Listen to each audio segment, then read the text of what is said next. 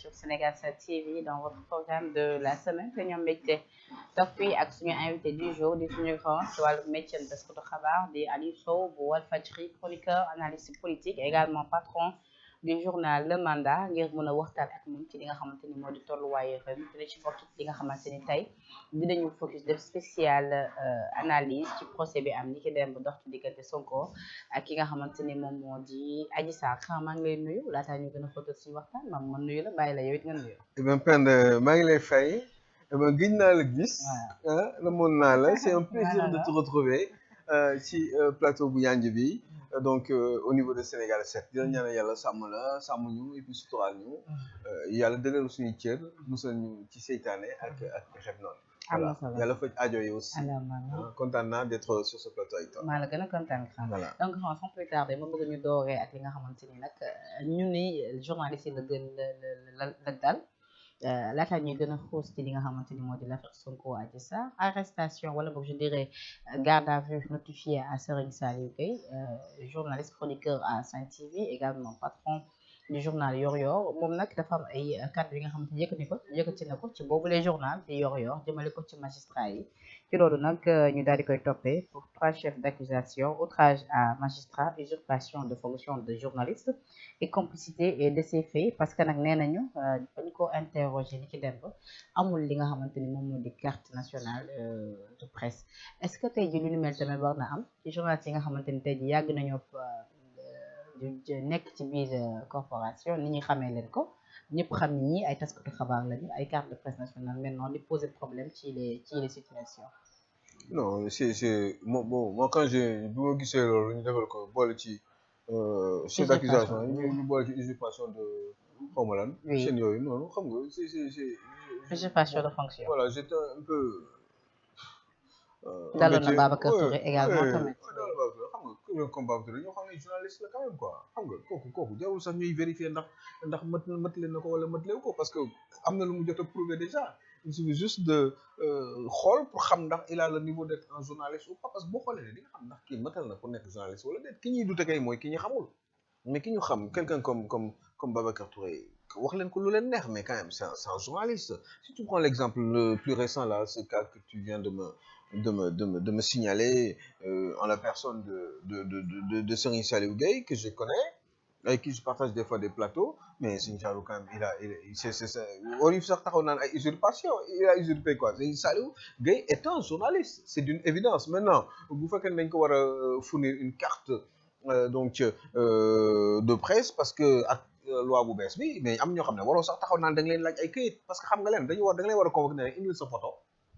ak sa carte d'identité ma defal la carte de presse parce que jarul ñu leen di laaj ay këyit parce que ay journalistes lañu Serigne Saliou Gueye ñëpp xam nañu ni journaliste la non seulement il fait des chroniques il est à la Sen TV depuis un bon moment à la base même bu fekkee ne deful école de journalisme parce qu'il a été enseignant dans sa vie eh ben on sait très bien là aujourd'hui c'est le directeur général c'est le directeur de publication du quotidien Yoor-Yoor non quand même usurpation mën nañu ko dindi quoi. ci loolu ñoom daaw dem ñi nga xamante ni tey jii ñoom ñoo gérer li nga xamante ni moo ñëw distribution des cartes nationales de presse war nañu xoolaat peut-être les modalités. Oui c'est vrai que mais ñoom en même temps aussi dañuy exécuter loi Daouda Mine c'est un légaliste c'est quelqu'un de bien que je connais mais il n'est pas seul dafa am ñeneen ñoo xam ne dañu nekk ci commission bi moom dafay jiite commission bi kese ñoom ils essaient de respecter en tout cas ils font tout pour respecter li nga xam ne moom la commission bi digal conformément ak loi bi nga xam ne moom moo jógee woon Assemblée nationale ba pare définir le code de la presse bon voilà maintenant il faut que ñoom ñu respecter loolu maintenant est-ce que li nekk ci biir code de la presse bi baax na par rapport à la distinction qu'on peut faire sur le fait que tu sois un journaliste wala déet moi je pense que ni à ce niveau-là il faut ñu xoolaat ko parce que bon fi nga koy xamee Serigne Saliou Gueye dañ ko waroon woo ne ko Serigne Saliou Gueye convoqué nañ la bis sàngam wala da nga war a am nga délai sàngam entre bis tel jour ak tel jour pour nga ñëw nga indaale sa carte d'identité ak sa photo ñu defal la carte de presse parce que tout le monde sait que Serigne Saliou quand même il a le niveau d'être un journaliste waaw journaliste être journaliste la wala avoir le niveau de journaliste la mooy loolu être journaliste est-ce que c'est avoir la carte de la presse ou la carte de presse wala avoir le niveau. li nga xamante ne moom lañu dëxañ ci code de la presse dañuy boo xasee ba exercer rek journaliste yi. léegi kon il est où le problème surtout boo amee niveau bi te Serigne Saliou kenn mënul wax lu amul niveau bi Babacar Touré Kewelo quand c'est un journaliste. ban ban ñi nga xam ne xamuñu leen sax. noo gisee également garde à vue ndax sóoroon nga ko bi nga dégg ni ko. non sóoruma ko woon mais yooyu xam nga surtout man dama xam nga dañ ne pour outrage à magistrat maintenant je n'ai pas lu le texte parce que dañ ne c'est par rapport à un texte qui avait été écrit boo xam ne sous le nom de. Depuis l'affaire Sonko Mame Mbaye Niang je crois que c'est le lendemain qu'il a écrit un cours benn la def benn kii benn speech là éditorial ci son quotidien qui s'appelle Yor Yor mais sous le nom de magistère foog naa turu magistère la ko defee et donc quand il a fait ça man je n'ai pas lu le contenu wax dëgg yàlla lire ma ko mais quand c'est outrage à magistrat il faut définir bon évidemment je sais ce que c'est un outrager quelqu'un déjà rek xam nañ ko bon maintenant si c'est ci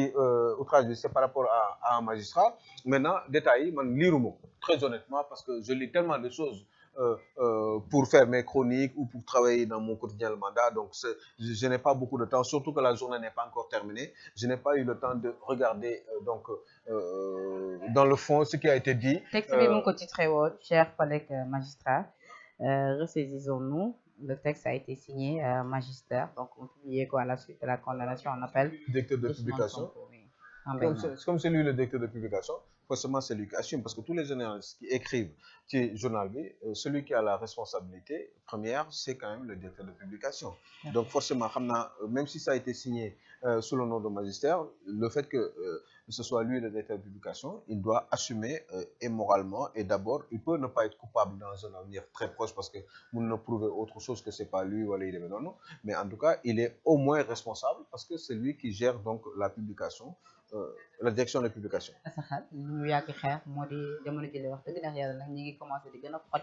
li nga xamante ni moom moo di taskatu xabaar yi ci mim réew ba sax ñenn ñi jàpp liberté de la presse moom bu amatee tamit nekkatul à 100%. Bon écoutez moi je sais pas mais ça se discute hein. Ça se discute parce que ku nekk mën nga wax li la neex selon sa position bi nga nekk mais moi je dis juste une chose je dis que ni quand j'entends parler de outrage j'ai besoin qu'on me dise exactement qu'est-ce que ça veut dire donc outrage par rapport à quoi par rapport au magistrat lan la wax magistrat yi le texte il faut que j'arrive à le lire certainement en début d'après-midi su ma paree naa ko lire su ma ko dinaa mën a am une idée beaucoup plus réfléchie quant à justement cette accusation-là qui a été faite justement à son égard à lui Serigne Saliou Gueye mais outrager quelqu'un xam nañ lan lay tekki voilà maintenant ñoom ana lu tax ñu ne outrage à magistrat parce que lan la Serigne Saliou wax il faut que j'aille lire comme je te l'ai dit le contenu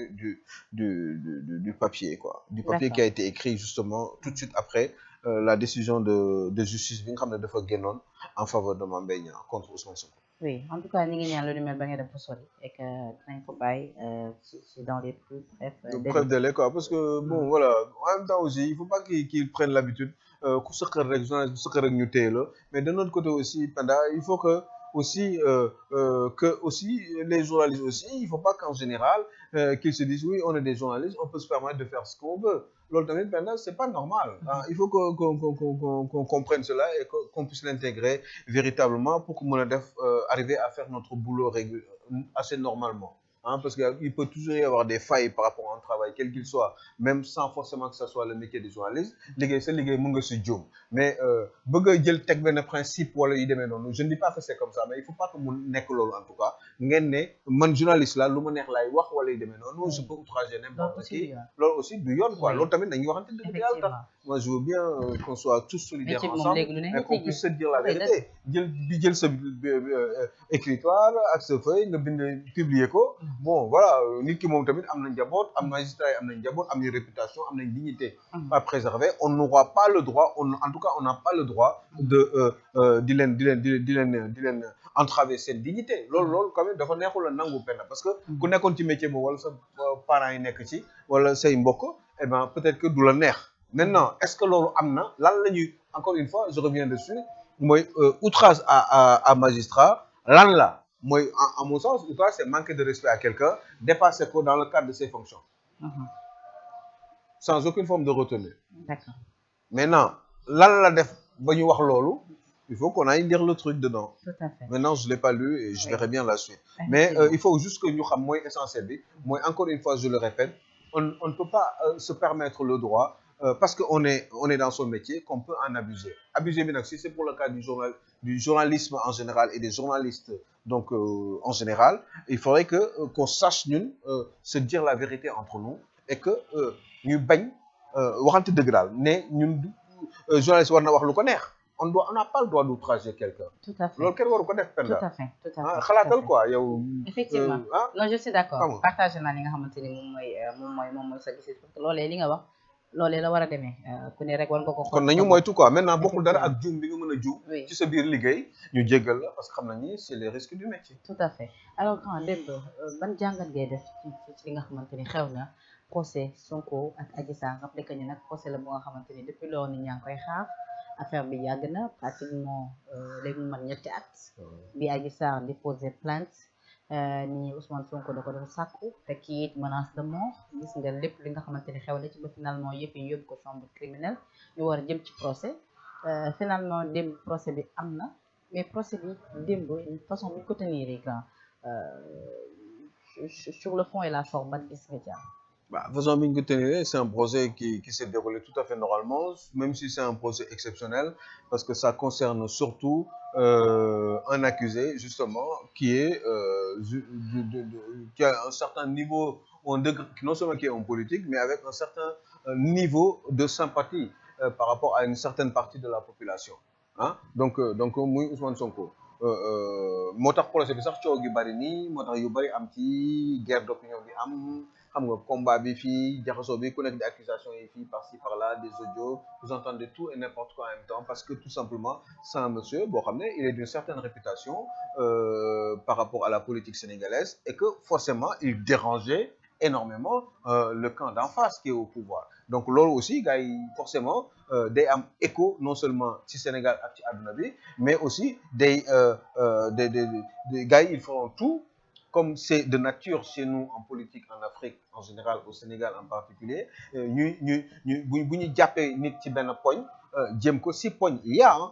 ñu jàppee nit ci benn poñ di def tout def seen kamtalaay kàttan pour saccager ko définitivement politiquement et ça je trouve que c'est malsain mais en même temps aussi ce n'est pas interdit parce que tey jii nii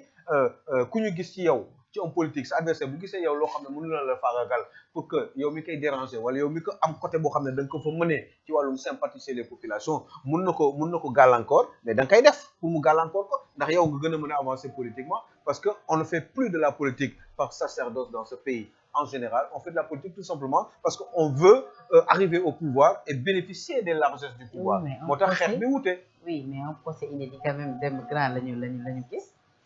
procès bu nga xamante ni pratiquement lépp luñ koy waxtaanee démb mais choqué na ñu bëri ba ñu bëri sax démb quitté salle bi dem parce que nee nañ loolu mënuñu ko fekkee mais loolu également ndax ànd na ak ñun Sénégalais li ñu baaxoon gis ak suñu culture ak suñu nit ñu yere nit ñu mooñaale tey ji bu ñu déggee l'accusé Adji Sarr démb toog ca tribunal ba devant toute l'assistance mais avec vraiment des propos nus mais loolu amoon na fi mais wax lu ko sax ci tribunal démb loolu choqué nañu bëri dina choqué xam nga lu tax muy choqué parce que avant lu ma wax ni amul woon parce que certainement amoon na parce que des cas de viol il y en a toujours eu dans l'histoire de l'humanité encore au Sénégal donc c'est loolu du ma ne amul mais aussi il faut qu'on reconnaisse une chose on est dans le cadre d'un procès la te procès aussi ñoom accusé ak l'accusateur ou l'accusatrice ñu am seeni avocat am un processus boo xam ne moom moo existé du début jusqu'au procès jusqu'au jour du procès maanaam instruction bi machin les témoignages tout ce que tu veux li nga xam ne moom moo fi jaar yëpp ba jour du procès ba il faut que bu boobaa bu ñu toogee il faut que ñu wax il faut qu'on pose des questions il faut que ñu laajte il faut que ñu xam te pour xam nag vous êtes obligé de poser certaines questions nga leeral ko surtout quand il s'agit justement de ce que les autres appellent le procès moral et que beaucoup ñoo xam ne dañ ci xaw a jaaxle parce que dañu naan oui c'est un procès moral mais mënul nekk leneen lu procès moral c'est d'une évidence parce que ça parle de quelque chose boo xam ne dafa xaw a doy waar ñun comme ni nga ko waxee ci suñu culture parce que ça parle d'intimité des gens en général donc forcément c'est-à-dire dans ce cas-là est-ce que xawuñu rejoindre gis-gisu ñenn ci patriotes yi ñenn ci Pastef ñi nga xamante ne dañoo yàgg a gis ni procès bi jubluwuñ ci dara lu dul rek fexe ba dénigrer ki nga xamante ni moom moo di Ousmane Sonko fexe ba kase li nga xamante ni moo di gis ko si ñenn yi nga xamante ni dem nañ ba jàppee ko procès mu sell bi bu ñu déggee dem lépp li nga xamante ni la plaignante di Adji Sarr yëkkati na ko fa. mais franchement Penda akulaay taala est-ce que c'est pas de bonne guerre mais parce que ils en profitent dañuy profiter ci situation bi pour gën a décrédibiliser la personne bi nga xam ne dafa nekkoon ci benn voie ascendante en route éventuellement vers le palais et donc c'est une occasion de le détruire définitivement moo tax question bi kay baax na mais nag li ñu war a wax mooy est-ce que boo nekkee ci yenn position yi ci wàllum politique est-ce que war nga permettre sa bopp di dugg ci yenn béréb yi ba ñu lay fay accuser ay mbir. oui loolu dinañ ci ñëw. xam nga loolu tamit par rapport ak lii bi dinañ ci ñëw parce que dafa am solo. parce que lii procès bi yëpp am nii c'est parce qu'il y a quelqu'un qui est parti nee na dafa doon massage thérapeutique la waxoon lay def foofu mais wax dëgg yàlla akulaay taala encore une fois parce que ou je me tais ou je le dis mais si je me tais je continuerai à le penser parce que c'est d'une évidence ñëpp xam nañ ni ce n'est pas foofu du massage thérapeutique lañ fay def leneen moo fa nekk quand même ragal yàlla quoi ngir yàlla war a suuli xam nga du pour loolu Penda xam nga donc erreur la ça peut-être que ça m'est arrivé moi peut-être que ça aurait pu m'arriver peut-être que am na ñu mu dal mais coow li mooy il s'agit d'un monsieur qui s'appelle Ousmane Sonko moo tax toujours je déplore certaines choses et on me critique nee naa leen ici en Afrique au Sénégal en particulier un patron un chef de parti c'est lui moom mooy le patron du parti moom il surveille tout le monde mais personne ne le surveille dans le cadre d'un projet yu demee nii lui bu fekkee dafa toll ci benn niveau ñu bëgg ko def en président de la République dafa am yoo xam ne il doit plus se permettre de le faire te dafa am yoo xam ne dañ ko war a préparer ko moom pour mu nekk président de la République doxin bi sax ak waxin bi daf ko war a changer il doit pas se permettre de dire ce qu'il veut ou aller n'importe où ou di dem moom kenn ci ay béréb dañ ko war a protéger di ko surveiller il n'appartient plus à sa femme et à ses enfants parce qu'il a choisi de vouloir être le père de famille du Sénégal. mais dans ce cas là su ma la déggee baax da nga jàpp ni peut-être erreur la bu mu def mais dans ce cas là bu dee erreur la bu mu def naka nga gisee ni wala boog loo jàpp ni tey jii waroon na ko doxalee ba mbir bi bañ a yegg si fu mu yegg si nii parce que ñëppay juum. wala foo yegg si parce que mënoon na waxtaan ak mënoon na waxtaan ak waa kër kii bi mais déjà au départ je ne sais pas si vous en souvenez xam nga aussi man damay wax parce que man aussi mënuma lu ma mënul wax damay noppi moo xalaat ko jàpp sama mais bu ma laajee aussi je dis ce que je pense que li may wax ni est-ce que dina mën a dañ parce que le gars aussi au départ moom Ousmane Sonko il avait dit au départ tout de suite bi ñu ko accusé dafa bind ci page Facebook nee na moom mosu faa dem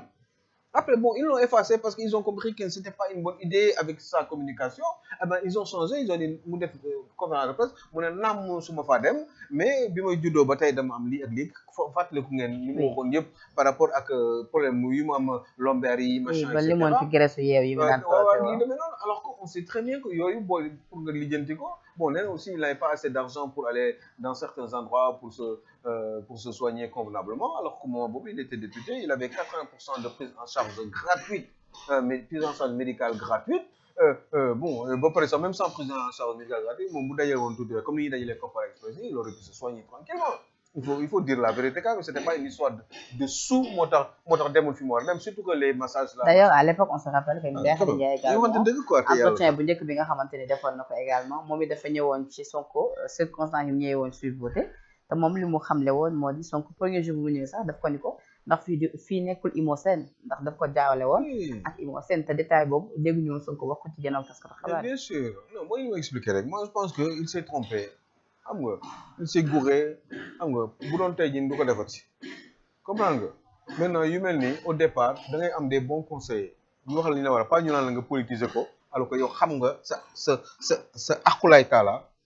yow li nga def ak li nga deful yaa ngi dégg bon au départ naj nga nee nga du yow xamoo ko mosoo fa dem am na sax ñoo xam ne say collaborateurs lañ induire nga leen en erreur parce que am na ñoo xam ne taxaw nañu ci télévision jël seen loxo dóor ko ci alxuraan ne mosoo fa dem ñooñu xam nga am nañ lu leen metti aussi maintenant il faut solutionner le problème avant mbir mi doon yegg ba fii li nga waroon def mooy ngeen toog ngeen waxtaan avec des conseillers ñi wax la li nga war a def te li ñu waroon def amul lenn lu dul toog waxtaan ak famille Adji Sarr bi ba même bu fekkee ne sax dañ ko tooñ mais le fait que sax ñu tooñ ko rek mbir mi di jëm kaw rek loolu baaxul ci moom ndax bokkuñu itinéraire moom dafa am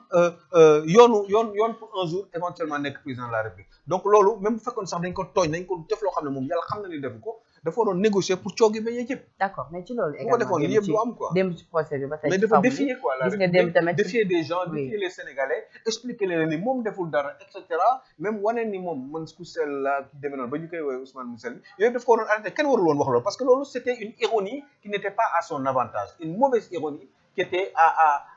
qui n'était pas bonne pour lui et donc au final là après day tax sax nit ñi gën a ne ko waaye je vais vous montrer que ni gars mi seetlu quoi ak yi demee noonu ki ngeen waxu seetlu je vais vous montrer donc yooyu yëpp waruñu ci woon dugg te waru woon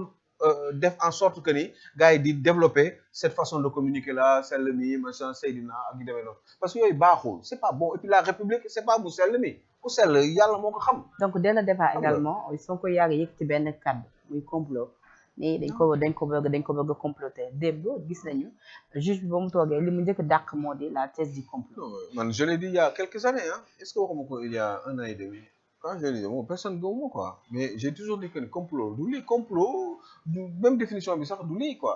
munoo dem ci benn béréb ay nit profiter ci benn occasion piège la fa nga naan complot la.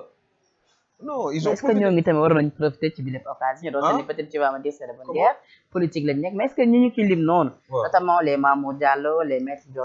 ñooñu ci lim ni ña nga ca biir est-ce que tey ji ñooñu waroon nañ leen ci lim mais le juge au tribunal au procès war nañ leen c'est pas pour rien qu'on les a appelés pour comme témoin parce que ñooñu ci biir loolu c'était même l'occasion moo tax Ousmane Sonko def na erreur quoi il aurait pu venir ñëw xeex bi quoi cooki ko mu jeex à la guerre comme à la guerre wax li mu fa wax yëpp ak li mu xalaat yëpp ak li mu bëgg yëpp ak li tax mu doon complot expliquer ko détails yi ñu doon wax yëpp ci opinion bi ñu dem déballer ko foofu parce que le combat c'était pas un combat avec l'opinion loolu mun na continuer mais déggoon nañ ko d'ailleurs ci seen ay antenne la ko waxoon Walfadjri ñu bañul ñëw mais dafa teg ay conditions parce que tamit tey ji bu ko nanguloon conditions yooyu tey ji du ñëw oui est-ce que nangu nañ conditions yow léegi kon d'accord ok ça fera jurisprudence pourquoi pas nañ ko def quoi mais bu ñu ko defee aussi après demain man aussi nañ ma tegal samay conditions bu may problème ak justice damay teg sama condition pour fu may jaar pour yooyu noonu et cetera non il faut que ñu moytu loolu c'est pas une bonne idée Penda li mu waroon def mooy yële moi je pense que ni peut-être qu'il n'était pas dans les bonnes conditions pour dem moom personnellement moo tax mu teg ay conditions loolu pour man quoi. il n'était pas dans les bonnes conditions pour dem loolu bëgg wax foofu. parce que peut-être amuloon argument yu mu défendre boppam wala boog doon sóoraale lépp lu ñaaw li nga xamante ni débat comme ni nga ko waxee léegi sànq peut-être yooyu yëpp la teg mu xale ne c'est pas bien pour quelqu'un qui aspire à être président de la République mu dem bu foofu ñu nar a génn yenn wax gis nga yi fa génn dem yaa ngi koy wax sànq yi fa génn yëpp mu jàkkaarloog yow yaa ma def yaa ma ni di ko xool ay di mun nañ ko fa bañ sax xam nga di ko xool ne ko yaa def lii xale bi pour ñi nga xam ne gëm nañu Adji Sarr a raison ak ñeneen ñi nga xam ne gëm nañu Adji Sarr est en train de mentir en ce moment-là ñoom tam mun nañ mere Adji Sarr donc mun na créer benn tiraillement peut-être que loolu doon éviter mais en même temps aussi c'était pas une raison parce que boo nekkee si dëkk yoon ñu woo leen da ngay dem wuyu ci quoi wàññiwul dara boo demee nga préparé wu yaa ngi am benn espèce de batterie d'avocats boo xam ne ñi ngi fii sur place mais ces gens-là mais surtout que des ténors du barreau sénégalais et même de l'étranger donc ces gens-là auraient pu faire en sorte que de manière réfléchie trouver des solutions pour que nga ñëw moo gën tey suba ëllëg bi ba mettre Clédor Ciré Ly sur place démb ne may leen ma y a un avion à 13h je pourrais vite fait prendre l'avion et puis aller récupérer son corps le ramener alors que vous en avez non quand même car c'est là il fallait régler ça 48 heures te ñoom xam nañ ni peut-être déjà bu ñu sukkandikoo ci source la tey li mu ñëwee dafa ñëw ci profilu ki nga xamante ni moo di juge bi nga xamante ni démb moom moo géré cette affaire di Issa Ndiaye donc ñoom nee nañu il est très réputé dur sévère peu loquace également à cheval sur les règles il fait partie de la génération de juges sorti de l'école de magistrature il y a 15 années selon toujours le journal et ce magistrat a aussi fait son stage à Thiès donc déjà dafa nekk une personnalité bu nga xamante ni moom déjà ñoom ñi yàgg taxaw ci bar bañ ko gisee rek xamoon nañ déjà ñoom tey yëf yi naka la nar a tëddee parce que xam nañ déjà ki nga xamante ni moom lañ fi ni demee donc dans ce cas-là est-ce que du loolu tey jii moo indi démb coow li ci amoon yëpp laata ñuy démarrer li nga xamante ni moom moo di procès bi. non mais juge bi nu mu dur. juge bi jugé ko finalement par. xam nga il est avec ses assesseurs. ñett la ñu dañuy toog waxtaan bu ñu ñëw ba délibéré su ko dañuy toog waxtaan. ils vont rassembler tous les éléments toutes les pièces la ñuy dajale ak li ñu fa wax li ñu waxul li ñu leen jox comme ay dossiers muy vidéo muy audio tout ce que vous voulez ay témoignages ak ay bind ak ay courrier kenn xamul il faut tout dañuy dajale lépp bu ñu dajalee lépp après par rapport ak li ñu jot a dégg de 10h à 3h30 4h du matin loolu yëpp bu ñu ko boolee moo tax ñu jël une semaine ñu réfléchir ñu xool lan moo nekk ci loolu lan mooy tontu bi. mais lu waral également tamit ci loolu grand juge bi dëgër ci taxawaayam. fan la dëgër ci taxawaayam mbir mi du ko renvoyer c'est-à-dire bi avocat yi bëggee ni nañ ko dàq. avocat Ndeye Khady Ndiaye également tamit souhaité loolu nañ ko dàq parce que seen cliente jigéen ju wérul la nañ ko dàq ba jëmee jamono ñu gën a am li nga xamante ni moom moo di seen gis-gis ci dossier bi mais également am temps wu dem jëli ji Ousmane Sonko d'ailleurs sax dégg nañ ne Ciré Clédor garantir la ko ni buñ ko renvoyé Sonko sera là pourquoi tey jii juge bi tamit may leen ko. qu'est-ce que la différence entre toi mais man dama yaakaaroon pour le cas de Sonko ak Clédor Ciré Ly parce que nag ma ko laaj ñaari question la mais pourquoi 48 heures à l'avance ils n'ont pas réglé ce problème là ak Ousmane Sonko ñoom qui peut le plus peut le moins ku nga ñëw bu ci tribunal bi garantir loolu mais fais le 24 heures à l'avance bu dee yow avocat nga lan la mënoon lan la jot a mën ci diggante bi moom sur place au procès quand il proposait au juge que ni ñu suspendre affaire mu dem jëli Ousmane Sonko lan moo changé ci diggante bi à 24 heures à l'avance benn fan ci ginnaaw quand Ousmane Sonko décidé que ni moom du ñëw parce que tout simplement li mu teg bu fekkee ni respecté wuñ ko maanaam ñu arrêté de barricader sa maison et les environs ba pare ñu bàyyi ko moom mu dox yoon bu mu bëgg pour dem tribunal buñ ko defalul moom du dem même si waxoon na dina dem parce que dafa war a dem parce que dafa bëgg mbir yi leer moom kay son problème Ousmane Sonko c'était fexe leen ba bu leen rey Adji Sarr bu ko karawam bu mu manqué benn daggitu karawam ak yi demee noonu téye leen ko bu leen ko yóbbu bitim réew bu leen ko rey bu ko nopp metti parce que procès il faut mu am ndax man maa gën a am intérêt pour procès bi am moom moo waxoon loolu. waxoon na waaw léegi après mu teg une condition boo xam ne franchement c'est man pour man c'est élémentaire boo koy comparer ak moom enjeu moom par rapport à son avenir à lui parce que son avenir c'est que il peut être président de la République il est aimé par les Sénégalais une bonne partie de la jeunesse sénégalaise surtout il a un avenir xaw ma ndax 24 la ak 29 donc moom li mu waroon def mooy préserver loolu waaw léegi nag lan la ñu bëgg le kooku wax loolu moom moo ne léegi moom dootul demati juste pour ay détails parce que pour man c'est un détail dañuy téye mais yàgg nañ ci sa kër yàgg nañ bi muy dem ba passé bi muy génn këram pour dem këram dañ ko barricadé woon ba tey bi muy dem seeti Mame Mbaye Niang kon la ci diggante bi lan moo fi changé bon pour le cas de Maître Clédor Ciré par rapport à ce qu'il a dit ñun dina joxe ay garantie Maître Clédor Ciré lan moo changé ci diggante bi muy wax loolu juge bi 24 heures ou même quelques heures avant bi nga xam ne Ousmane Sonko waroon ñëw la veille ñëwul lan moo xew ci diggante bi ba mu am léegi ay garantie pourtant Ousmane Sonko dafa dëgër ci ay conditions loolu boo tax ñëwul bokk parce que bu dëgërul woon ci condition dina ñëw dina ne non dama doon sóobal gars yi rek ñëw naa maa ngi fii teew naa tey rek laa leen woon man lan laa mën tey li laa leen woon nag waaye ndaw si li muy wax dara du ci dëgg. non c'est-à-dire ci foofu donc on pense sincèrement que ni Sonko su ko leeroon ni démb juge bi day retenir cette affaire et que il sera jugé par contumace certainement dina ñëw parce que ku ne xam na ni contumace bi arrangé wu ko dégg naa l'expert électoral Ndiaga si la wax ni quand tu es en contumace mu ne tu perds d'office li nga xamante ni moom mooy sa carte d'électeur. donc et qui perd son carte d'électeur forcément perd son éligibilité. oui. waaw léegi tout à fait waaw léegi moom lan la kon finalement cas bi gën na critique. mais cas bi gën na critique mais Ousmane Sonko loolu il le sait ses avocats le savent mieux que lui parce que ñoom loolu seen job la xam nga lan laa mënul comprendre man Maître Ciré Clédor bi muy wax boobu nee na day jox garantie ne ko ñu reporter affaire bi ba semaine prochaine wala moo juge bi moo xam au moins une semaine pour moom mu garantir ni moom dina indi Ousmane Sonko mais ci diggante bi la moo changé. man tamit li ma mën a comprendre foofu grand mooy yow naka nga mën a xamante ni bu ñu la jugé par contumace peut-être yow lu bëri dina la yàqal lu bëri surtout ci yoon bi nga jëm loolu tey ji mu bokk ci seen comme ni ñu koy waxee seen projet étape la ci wàllu Ousmane Sonko. nga xam ni lii mën na la ko yàqal ba pare nga yàqal ko sa bopp. mais est-ce que loolu gënalu ko par rapport ak li mu nar a fekk tribunal ak li mu fa nar a dégg parce que on parle de preuve aussi te xam nga preuve kenn on donne les preuves qu'à la barre dégg nga sax ay nit naan il faut donner des preuves ak yu demee loolu ana preuve yi joxewuñu ay preuves mais preuve yi au-delà du juge qui peut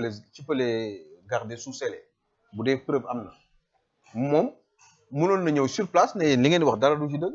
moom ak sa défense génne leen preuve yi boobaa juge bi mun a demander ñu xool ndax mën nañ génne preuve wala déet. d'accord ci waaye loolu on peut pas donner des preuves. oui pendant que lui il n'est pas là. donc c'est parce que les preuves yoon moo wax loolu preuve ca baar ba rek. preuve bi tamit jaaxal na nit ñi grand parce que bëri na ay nit yu ne démb procès bi pratiquement 18 heures la duré wala sax plus. non 10 heures jusqu'à 3 heures. oui te gisuñu fenn yoon fu ñu génnee ay preuves si ce n'est que ay wax la. mais xam nga preuve yi. oui preuve yi ñett ñoo koy yor wala ñaar juge bi certainement moom ci dossier mi ñu ko jox parce que avant muy commencer liggéey boobu procès bi ñu koy date moom téye na lépp ba dajale ko parce que juge d'instruction bi mu lijjantee kayit yi nee na ko lii mën na nekk ñoom ñu arrêté date balaa ñuy arrêté date dajale nañ tous les éléments de preuve bu war a concerner le procès waaye léegi moom ñoom téye nañ ko peut-être sax xëy na Ousmane Sonko téye na ko mais population bi Ousmane Sonko bu fekkee ni moom on part du principe que ñoom yoruñu ay preuves Sénégalais aussi ni Adji Sarr yorul ay preuves waaw léegi bés bu fekkee ne da nga bëggoon preuve dëgg li gënoon a yomb gënu woon nga ñëw taxaw na leen génne leen preuve par force da ngeen koy génne te juge bi c'est l'obligation pour mu génne preuve. kon daal ci loolu ci tënk erreur monumentale la def démb. waaw c'est-à-dire que mais. ci ni mu fa teewulee bon mun na nekk erreur mun na nekk aussi loo xam ne moo ko tey parce que moo ko gënal par rapport à ses calculs aussi xam nga yaa ngi may dégg li may wax. maa ngi lay dégg bu baax. mu doon ses calculam mu doon man su ma demee foofu man contumace moo ma gënal xaw ma parce que quand même bu jëlee risque bi c'est parce que loolu moo ko gënal mu dem di jàkkaarloo xëy na peut-être Adji Sarr dafa génne yenn mooy. sa rappel benn baat ba Adji Sarr waxoon. Ousmane Sonko du mos a jàkkaarloo ak man ñemewu. ah waaw gis nga yaa ngi may fàttali boobu effectivement waaye léegi loolu lan nga si man est-ce que loolu est-ce que gënalu ko peut-être loolu ko gënal affaire bi yu bari bañ a feeñ j'en sais rien mais c'est vrai que Adji Sarr bi mu waxee loolu. mais finalement li mu décidé bañ a ñëw ci procès bi. on se rappelle également bañoon tamit def li nga xamante ni moo di test ADN est-ce que lu ni mel du jouer bu baax a baax ci faveur Adji Sarr tey ci verdict bi nga xam ñu ngi koy xaar le 9 juin. su ma amee une lecture nii en tant que petit juriste mais franchement loolu la parce que quand même boo ñëwul déjà rek c'est en votre défaveur. et puis on dit souvent qu'il ne dit rien consent. c'est que yow lii c'est grave dafa yow da nga nar a yàq sama adduna man je veux un avenir politique. yow nga naan ko yàq yow ba pare ci ay sos non dina ma jaral lu nekk est-ce que dina ma jaral ma yegg procès sax man maa indi test ADN mi jox leen ko an lañ doon wax ni fekk ñu dara ci xale bi waaw léegi du médecin bi moo ne moom premièrement yi mu demandé woon pour ñu def ko kii maniw la mais man je vais prouver juste que du moom moo ko waxi jeex. médecin bi tamit dem dëggal na ni certificat médical boobu du circulé ñu def ci des prélèvements ont été faits en vue d'un test ADN nee na boobu moom moo ko def moom moo ko bind. oui mais non seulement moo ko def mais moo jël affaire bi déposé ko moom. ci laboratoire ba. laboratoire bi tontu ko ne ko effectivement lii ay sperme la. c'est ce qu'il a dit. waaye léegi sperme yooyu man damay ñëw taxaw ne man du man moom moo ko déjà loolu rek gàllankoor na yoonu procès bi maanaam ngay dem ci yoon ñu coupé tali bi pour mbir mi bañ a yegg à bon point. parce que foofu rek déjà rek juge d'instruction bi rek bu ñu ko defaloon juge d'instruction dina douter ni mais man non kii bu dul bon comme kii lii keneen na ko moom c'est pas vrai waaye léegi loolu lan la man affaire waru. mais question piège yi leen juge bi laaj démb tamit insister ñoom ñi fa jaar yëpp laaj na la même question bi ndax Sonko bi mu demee amul keneen ku ñëwaat ci kër yi ñu ne déedéet. xam nga loolu yëpp. oui xam nga loolu yëpp c'est vrai question boobu également. waaw mais d'accord mais benn loolu yëpp baax na mais loolu yëpp man je suis à la place de Sonko man sama nekku ci man defuma kay. man massage la dama ñëw toog ñu massé ma nii 15 minutes ma dem ok ñoom li ñuy wax ni yëpp ay 1 heure de temps c'est pas vrai même bu fekkee Ndeye Khady nee na 1 heure de temps minimum la daan def foofu. non Ndeye Khady dañuy daaw fa def 3 minutes Adji Sarr ni 1 heure de temps la fa daan def Sonko ci waxam njëkk ni fukki minutes la leen daan may. bu 15 minutes waaw léegi yooyu pour prouver ko mais pour prouver que mais je vais donc yàlla baax na comme ay man yu mi nga fa sax léegi tey rek moo leen ni man yu moom moo ko. waxi jeex dama ñëw def ko mu jeex te am nga sax possibilité yow comme boo leen wóorul nga dem defal ko sa bopp indi teg ñu jox la kii bi je peux pas le dire exemplaire mbir mi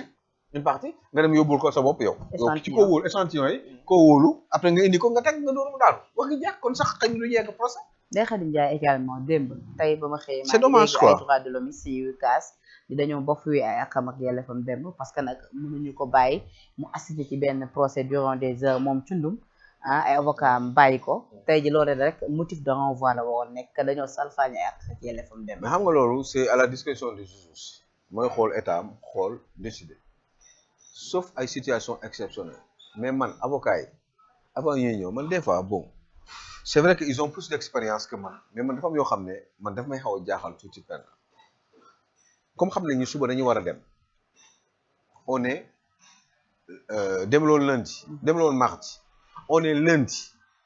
man xam naa ne Ndeye Khady man avocat am laa xam naa ne mënul taxaw ci procès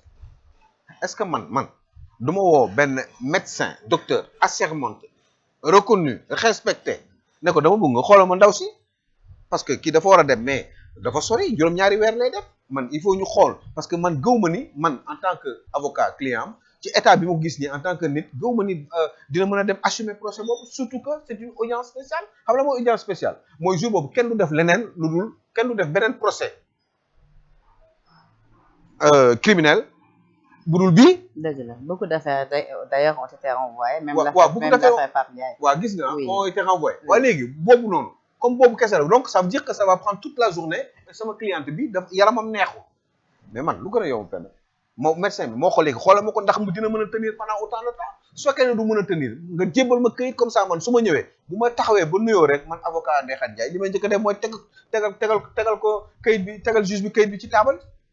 juge bi du am choix parce que moralement du ko sax ñemee def leneen wala sax au pire des cas bu gëmul loolu moom juge bi mu def contre expertise wala woowaat médecin boppam ne ko xoolal ma ndaw si ndax capable na tenir pendant toute une journée jusqu'en fin de soirée xanaa wax bi day leer foofu mu jeex waaye nga ñëw nga ne ni kii tenir bon yërmande bi moi je veux bien amul problème xëy na sax juge bi mënoon na dox ci yërmande boppam xool situation bi ne c'est bon. mais ay avocat am dañ ko abandonné quand même tamit ban lecture la ci am dégg naa suñu grand Madiambal Diagne def ci poste ni Ndeye Khady a été l'agneau du sacrifice. bah oui ci benn côté ouais mais avant parce que peut-être aussi j'en sais rien il faut demander à maître Moussa Sarr parce que foog naa ni moom moo doon avocat bu mag bi ci biir moo jiitu woon avocat yi ci pour lu Ndeye Khady bi mais li tax mu bàyyi ko peut-être dafa espérer woon bu demee quoi gars yi dinañ ko yërëm ba pare dinañ xam ne situation bi mënul continuer ñu arrêté affaire bi. mais dafa dem juge bi jël beneen avocat jox ko Ndeye Khady. jox ko avocat bu xam ne ci barab la rek mooy kii avocat d'office yooyu waaw mais Moussa Sarr lu tax mu dem moom loolu il faut ñu laaj ko quoi parce que bu ñëwee ba foofu kay même bu fekkee ne amul li mu bëgg na toog rek supporter ki ndaw si soutenir ndaw si au moins moralement wax li mu war a wax même bu fekkee ne am na lu mu xam moom ba pare mu wax ak ndaw si soutenir ko ba mais bàyyi ko foofu moom kese ndaw soosu muy tontul boppam c'est pas bon. parce que tout le temps sax ci biir séance bi juge bi mi ngi koy rappelé saa yu Ndeye Khady bëggee wax dal mi ngi koy rappelé ko ni ko c'est avocat nekkuñu. waaw c'est pas de mais avocat yi ñoom loolu ñu def avocat yi loolu je pense surtout à maître Moussa Sarr que j'aime bien xam nga ni ku baax la ku yaru la ku vraiment ku am xam-xam un grand procédurier bon li tax mu def loolu xëy na peut-être moom moo ko xam quoi tu vois parce que quand même bàyyi foofu ndaw si peut-être que c'était pour marquer un coup pour am ci ay conséquences attendues mais que les conséquences yooyu amul quoi mais pourquoi moom ak les avocats de Sonko ñu ñëpp génnandoo. waaw mais xam nga sax ki nga xamante ni moom moo di Ndeye Khady. waaw Ndeye Khady également qui refuse de les suivre moom également mooy ne ni moom it gëm na boppam gëm na lim indi gëm na dëggam. moo tax est-ce que Madiambal li mu wax noonu Madiambal Diagne le fait qu'elle soit sacrifiée mën nañ ko sacrifier sans pour autant ñoom ñu ko sacrifier sax tey ñu ko wala defuñu ko noonu parce que beneen attente la ñu amoon au lieu de ça parce que ces avocats là quand même ay nit lañu quoi quand même te gis nañ ndaw si te yërëm nañ ko bëgg nañ ko jàppale. buñ ko doon def aussi defuñu ko exprès defuñu ko juste pour yàq der wala pour yu demee noonu j'ose l'imaginer quoi tu vois un peu donc peut-être que leer lañ si doon xaar ay yeneen attentes lañu amoon attentes yooyu peut-être gisuñu ko man je pense que ni yeneen attentes lañ doon xaar te attentes yooyu gisuñu ko parce que sinon duñ ko bàyyi noonu di ko sacrifier ñu ngi doon xaar peut-être que na suite bi mu am ay avantages par rapport ak kii nu mu tudd moom avantage par rapport ak Ndeye Khady Ndiaye moo tax ñu tegloo mais defuñu ko juste ce que defuñu ko pour la sacrifier parce que quand même ils sont xam nga surtout même Moussa Sarr moom bu des fois mu jàppale na ñu bari fii gratuitement c'est un gars qui aide beaucoup des gens déggal naa ko ay jëw yu rafet laa ko déggal comprendre nga donc moi je pense que non je crois que bon sacrifier oui on peut sacrifier quelqu'un sans pour autant le faire exprès. ay démb noo gisee Adji Sarr kàddu yu mu yëkkati avec l'air confiante wax ko ba tur fa ay xéwal ñëwaat ci lépp lu nga xamante ni nee na loolu la ko Ousmane Sonko def ba tey ci ay kàddu Adji Sarr lépp lu mu fa wax grand yow jàpp nga ni lu ni mel yenu na maanaam yow mi citoyen simple bi nga xamante ni rek yaa ngi doon déglu dem mais xam nga li mu wax mën na am comme mën na bañ a am parce que fii gis nañ fi lu nekk ça pourrait être une belle comédie mais ça pourrait être une pure vérité aussi am nañu ne elle a bien été préparée ah bah une fille de 20 ans kay boo ko téye pendant 2 ans pour benn procès forcément di nga ko préparer c'est normal même adulte yi sax ci seen procès seen avocat dañ leen di préparer waxatuma la xale ñenn ñi ñu ngi wax préparé ci sensu peut-être lépp lu mu ko wax démb sax dañ ko ko wax loo waaw mais xam nga fii yàlla rek a fi nekk te man bëgguma wax loo xam ne man wóoruma Penda dañ ko wax loo dañ ko préparer pour mu ment pour mu fen pour mu raconter ay boobaa mais mën na nekk mais mën na bañ a nekk aussi kan moo xam mais nañu bàyyi ba ci cappaandaw ga gis nga am na ay éléments dans un procès boo ko dajalee yëpp di nga am benn espèce de puzzle boo xam ne dina la jox une lecture à peu près au moins approximative bu lay permettre nga xaw a jege vérité bi par contre le contraire aussi mun na am dina la permettre nga xaw xam vérité bi nag mun na nekk vérité boo xam ne mbir mi da ngay constater ni Adji Sarr di wax yëpp dëgg la wala au final da ngay constater ni Adji Sarr di wax du dëgg mais ci loolu le juge di dépendre pour def seen délibéré et jël seen décision. oui mais foofu tamit démb dafa am benn pëcc bu ci am parce que d'ailleurs sax loolu neexul ki nga xamante ni moo di l'avocat de la plaignante di maître El Hadji Diouf nee na bu ñu déggee parquet bi naan au juge si vous n'êtes pas convaincu par le viol retenez la corruption de la jeunesse nee na moom pour moom jàpp nañ lu ni mel daal c'est pas rigoureux. waaw mais ndax peut-être lu ni mel dafay wane incertitude peut-être bu ñoom boo parquet bi am peut-être si di viol am na dëgg-dëgg. waaw mais loolu maître El Hadji Diouf c'est un avocat il défend sa cliente moom wax boobu taxul may kii peut-être que ça peut être une forme de pression aussi mais procureur bi parquet bi buy wax am na droit teg ñaari hypothèse yëpp dans son réquisitoire bu ko neexee mu def ko lu tax mu war a mën a wax te du wax possibilités yi am yëpp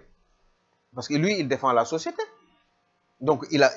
peut se permettre ne defal leen lii wala ngeen def lii parce que ñaari yi en tout cas mënul rëcc. mais ndax ni mu waxee mënul installer doute ci ne dëgg-dëgg viol am na. mais xam nga affaire viol dafa sensible parce que viol mun nga xalaat sax ni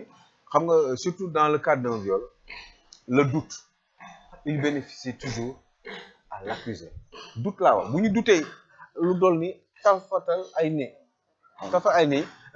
rek xamal ni nit ki dañ koy bàyyi. Parce qu'on ne veut pas prendre le risque de l'emprisonner pour se rendre compte quelques années plus tard que ni erreur moo amoon loolu kese la donc déjà ça toujours dans le cadre d'un viol bu ñu décider ne nit ki dafa violer dëgg rek xamal ni Penda affaire bi dafa leer nañ c'est parce qu'ils ont des garanties par rapport à certaines preuves que loolu lu am la sinon bu ñu amee doute bu ndaw laa wax mooy ça bénéficie toujours à l'accusé et que dañ koy relaxer pour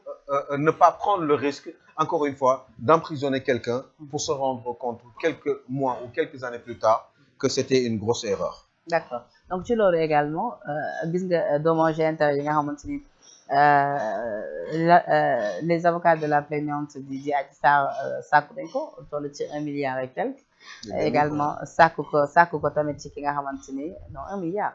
sàkk ko tamit 1 milliard 5 millions foog naa oui sàkk ko tamit 500 millions 500 millions oui ba pare sàkk ko tamit ci ki nga xamante ni moo di Ndeye Khady Ndiaye ndax li mel tamit liñ teg pour dommage intérêt ndax tamit du lu fort waaw mais Mame Mbaye Niang 29 milliards la laajoon oui non am nga droit laaj lu la neex am nga droit laaj la mais kii décidé moom mu dina choisir bu fekkee ne loolu am na moom xam nan la ko mën a évaluer muy le juge bu ko évaluer bon ben bu waa ñu xam ne loolu la mais kii laaj moom lu ko neex mu laaj bu ko neexoon sax mu laaj 200 milliards c'est normal. D'accord état Mame Mbaye Niang 29 la laajoon mooy liñ ko accusé finalement mu am 200 millions te kenn fay ko. Est-ce que mais je crois que moom est-ce que mënul am kii par corps xam nu ñu koy waxatee encore sax. plus de corps xam nga. waaw non beneen la contrainte. contrainte en fait da ngay dem récupérer xaalis bi da ngay dem jaay da ngay yóbbu huissier ñu évaluer bagage nit ki ba li ci mat 200 millions ñu dem jaay ko jox la loolu de beneen guerre lay doon xam waaw nañ sax loolu mën am na ma loolu mën na passer nekk sa frère oui loolu mën na mais xamatuma lan lañ koy woowee quoi. oui oui alors grand fi ñu daanele nag suñu waxtaan moo di jafe-jafe yi nga xamante ni yëpp cette affaire là jur na ko on se rappelle événement mars yi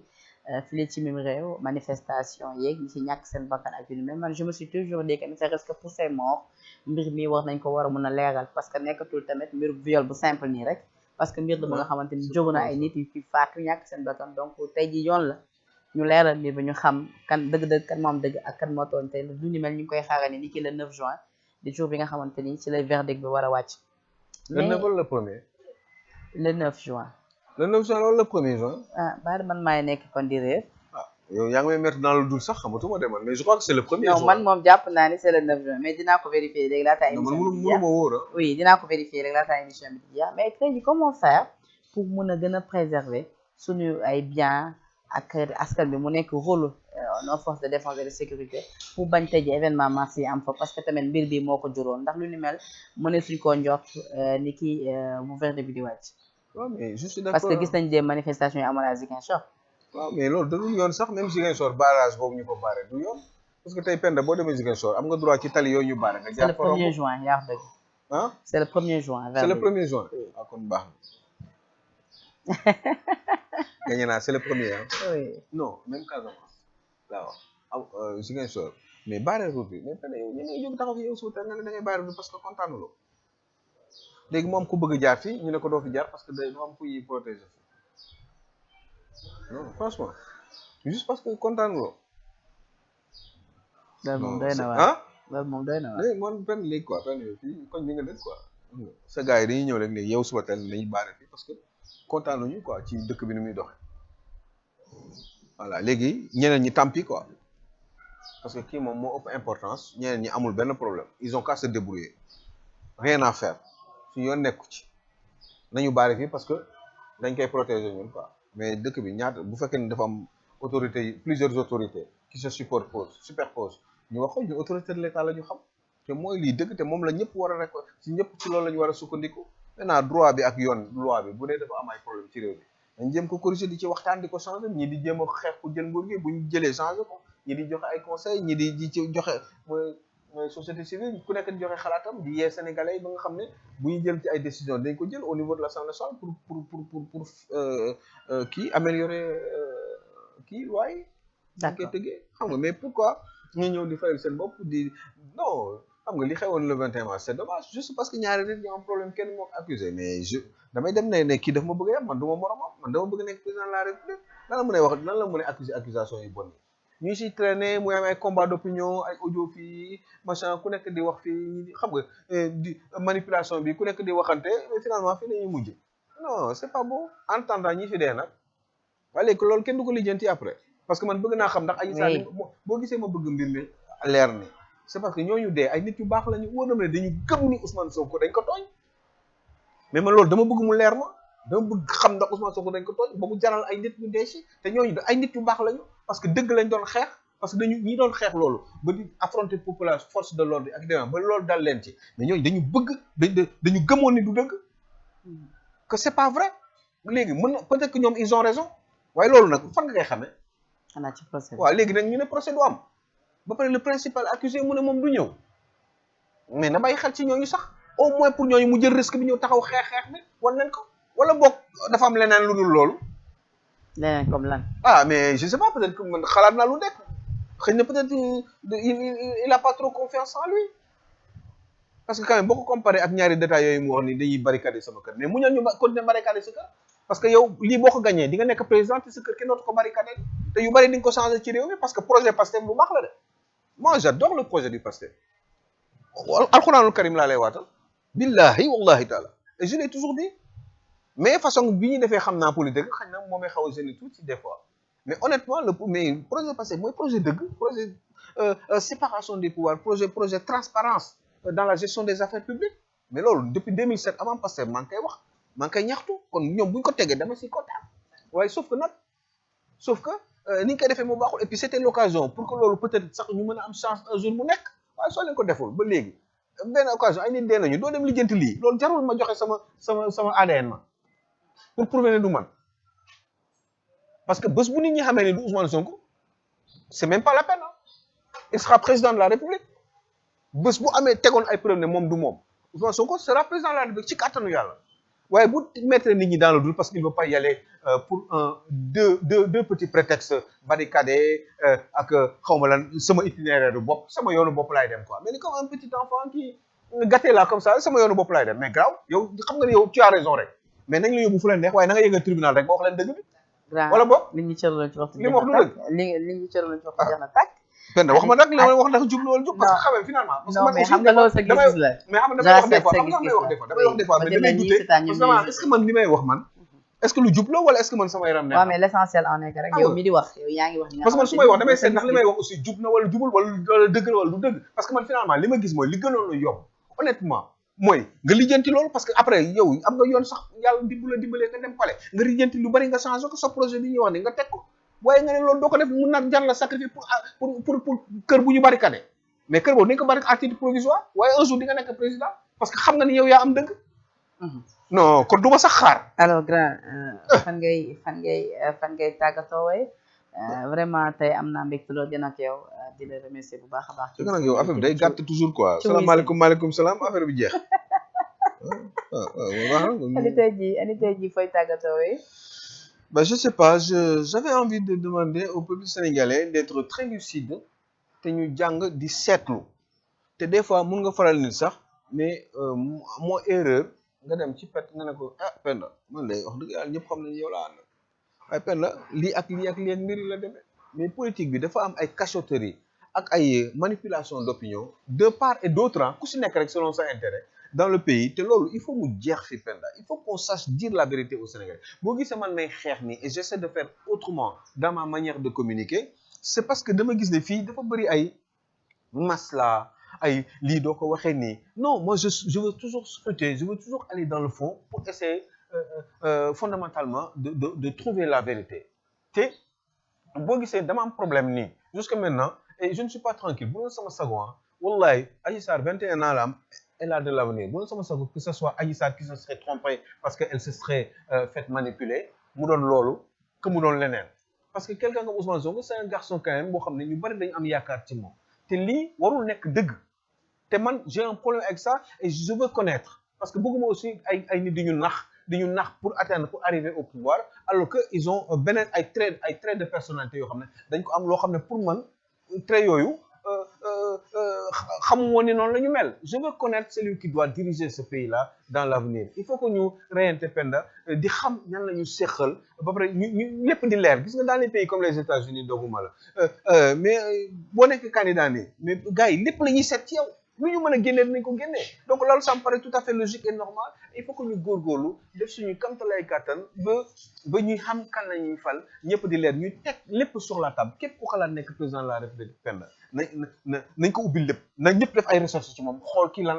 mooy kan ndax aussi dañuy yàgg ndax 40 ans 50 ans 60 ans on n'arrive toujours pas à avancer ils ont beaucoup trop d'avantages un président de la République au Sénégal c'est comme yàlla la différence am man je le dis souvent différence am ak yàlla c'est parce que président day dee quoi te yàlla du dee mais très honnêtement doole bi mu am dafa war a doon quelqu'un d'exemplaire moo tax nag peut-être mën na am loo xam ne mën na ko nëbb duñ ko gis moo tax dañu war a seetlu ci moom saytu ci moom lépp loo xam ne mën nañ ko génneel nañ ko génneel avant muy nekk président parce que ci yooyu la nit ki di la ñuy xamee ces traits de personnalité qui feront peut-être de lui un bon gestionnaire par rapport aux affaires publiques parce que des fois théorie nii ak ay projet nii mën na nekk nii rek mais mën nga nekk au pouvoir comme ça ñaata mbir la fi wax après bu ñëwee pouvoir def ko voilà amul solo en tout cas grand di la remercier bu baax waaw di sant leen sant la kontaan naa maa la gën a kontaan foo mu woowee demee fële parce que franchement tu maa la gën a kontaan yow suñu grand nga ci milieu bi tey nag yàqoo dina ko dégg sama xarit sama waay dina ko dégg donc di leen remercier ñi nga xamante ni leen safoo suñu ay programme di remercier également la régie ci liggéey boobu solo bi ak la rédaction de Sénégal 7 di leen jox dig léegi ci yeneen i plateau jërëjëf